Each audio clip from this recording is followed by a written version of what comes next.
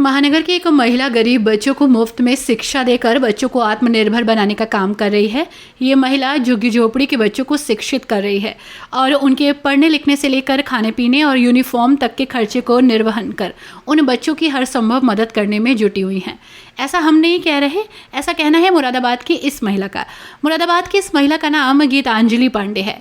आओ हाथ बढ़ाएं पहल एक मदद की नामक ट्रस्ट के माध्यम से बच्चों को शिक्षा देने का काम किया जा रहा है, जिसमें 40 से अधिक बच्चे शामिल हैं। कुछ बच्चे हमारे पास ट्यूशन में आकर पढ़ते हैं और कुछ बच्चे ऐसे हैं जिनकी पढ़ाई का जिम्मा ट्रस्ट उठाता है।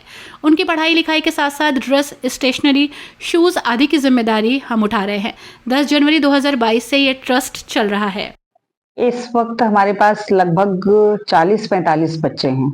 कुछ ऐसे हैं जो हमारे ट्यूशन सेंटर में आके पढ़ते हैं, कुछ ऐसे हैं जिनकी हम लोगों ने जिम्मेदारी ले रखी है, जिनकी पढ़ाई का जिम्मा ट्रस्ट उठा रहा है, जैसे कि फीस है, ड्रेस है, उनकी स्टेशनरी है, उनके शूज़ वगैरह हैं। इन सारी चीज़ों की जिम्मेदारी चैरिटेबल ट्रस्ट आओ हाथ बढ़ाएं अपने ऊपर लेके चल रहा है। कब से ये चल रहा है? ये हम लोगों ने इसको 10 जनवरी 2022 को इसका रजिस्ट्रेशन हुआ था और तब से ये ऑफिशियली तब से ये काम कर रहा है। तो मतलब आइडिया कैसे आया था कि ये जो गरीब बच्चे हैं या मलिन बस्तियों के बच्चे हैं उन्हें शिक्षित किया जाए और उन्हें जो है पढ़ा लिखा कर आत्मनिर्भर बनाया जाए? ये आइडिया नहीं कहेंगे, ये एक तरह से कह सकते हैं कि ये कोरोना की देन है ये ट्रस्ट।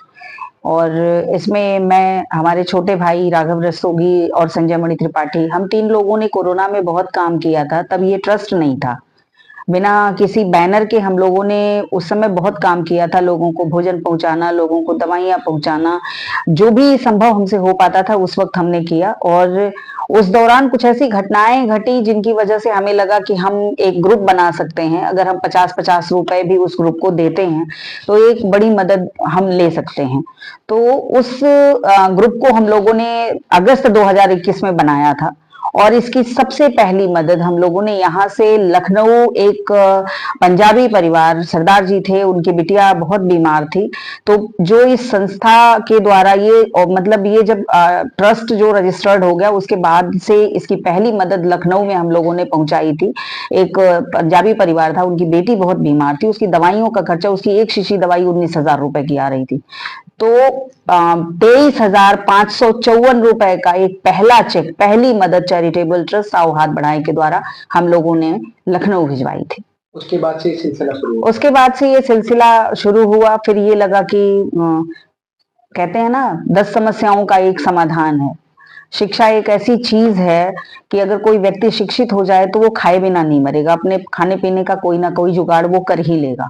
और शिक्षा इसलिए भी जरूरी है क्योंकि ये जो आज समाज में नशे की जो एक बीमारी चल पड़ी है, तो शिक्षित होने के बाद आदमी उससे कैसे बचा जा सकता है या उसके क्या क्या नुकसान हैं, इन सारी चीजों को, कि कहते हैं ना कि अज्ञानता से ज्ञान की ओर, अंधकार से प्रकाश की ओर, बस उसी थीम पे हम लोगों ने काम किया कि किसी को रोटी देने से बेहतर है कि रोटी कमाने लायक बनाया जाए।